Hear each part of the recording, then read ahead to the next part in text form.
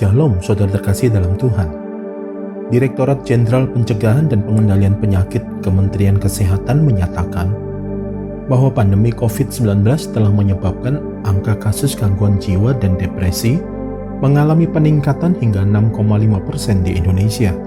Penyebabnya sebagian besar adalah masalah keterbatasan sosial.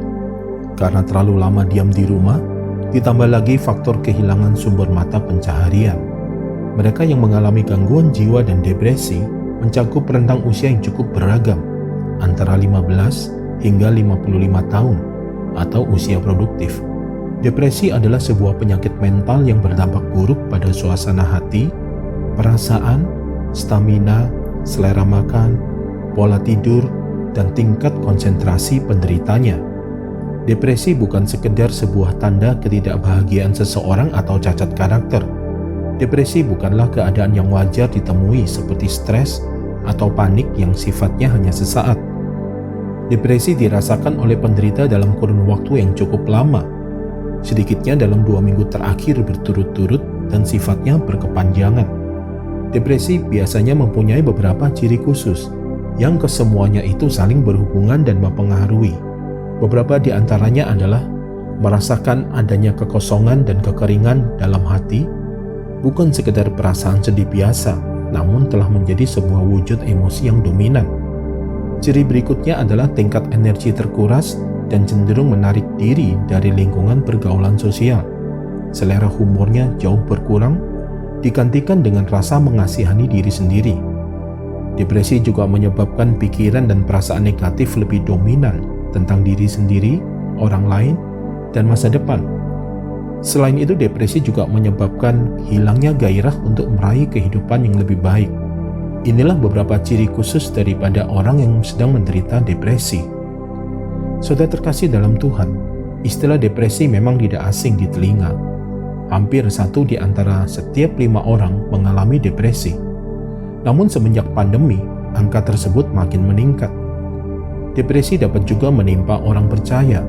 Bagi orang percaya, seperti halnya bentuk penderitaan yang lain, depresi menantang kita untuk lebih lagi bergantung kepada Tuhan dan memperdalam hubungan kita dengan Tuhan.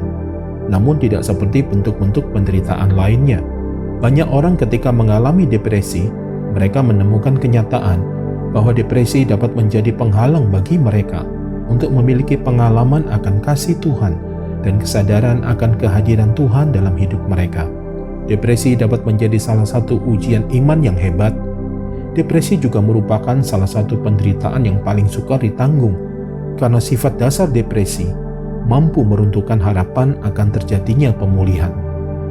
Saudara terkasih dalam Tuhan, apakah gejala-gejala depresi mulai muncul dalam kehidupan saudara? Jika demikian adanya, maka langkah pertama untuk kesembuhan adalah dimulai dari dalam. Firman Tuhan berkata di dalam Mazmur 23 ayat 1-4, Tuhan adalah gembalaku, takkan kekurangan aku. Ia membaringkan aku di padang yang berumput hijau. Ia membimbing aku ke air yang tenang. Ia menyegarkan jiwaku. Ia menuntun aku di jalan yang benar oleh karena namanya. Sekalipun aku berjalan dalam lembah kekelaman, aku tidak takut bahaya, sebab Engkau besertaku, gadamu dan tongkatmu, itulah yang menghibur aku. Mari kembali kepada Tuhan dan miliki kesadaran sepenuhnya bahwa Tuhan adalah gembala kita. Tidak ada dasar bagi kita untuk takut dan khawatir. Dalam beberapa kasus depresi yang sudah sangat berat, terkadang juga diperlukan bantuan dari pihak luar, antara lain melalui konselor profesional, hamba Tuhan yang dapat dipercaya, serta dokter ahli. Saya berdoa bagi saudara yang saat ini sedang mengalami depresi. Tuhan menjamah dan memulihkan saudara dengan mengembalikan kesadaran dan iman percaya saudara sepenuhnya bahwa sebagai orang percaya, kita memiliki gembala agung yang luar biasa. Mari perkatakan sekali lagi bersama-sama dengan saya. Tuhan adalah gembalaku, takkan kekurangan aku. Ia membaringkan aku di padang yang berumput hijau. Ia membimbing aku ke air yang tenang. Ia menyegarkan jiwaku. Ia menuntun aku di jalan yang benar oleh karena namanya. Sekalipun aku berjalan dalam lembah kekelaman, aku tidak takut bahaya, sebab Engkau besertaku, gadamu dan tongkatmu, itulah yang menghibur aku. Dalam nama Tuhan Yesus kami berdoa, amin.